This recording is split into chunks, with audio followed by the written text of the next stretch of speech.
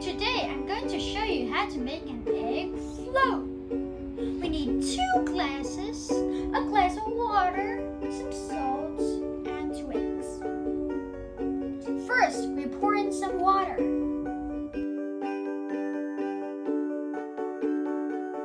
Then, we put an egg in.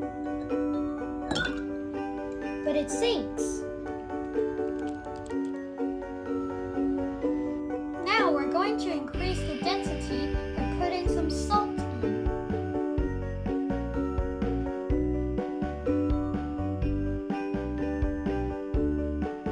Now let's put the egg in. It floats! The salt water has higher density than water.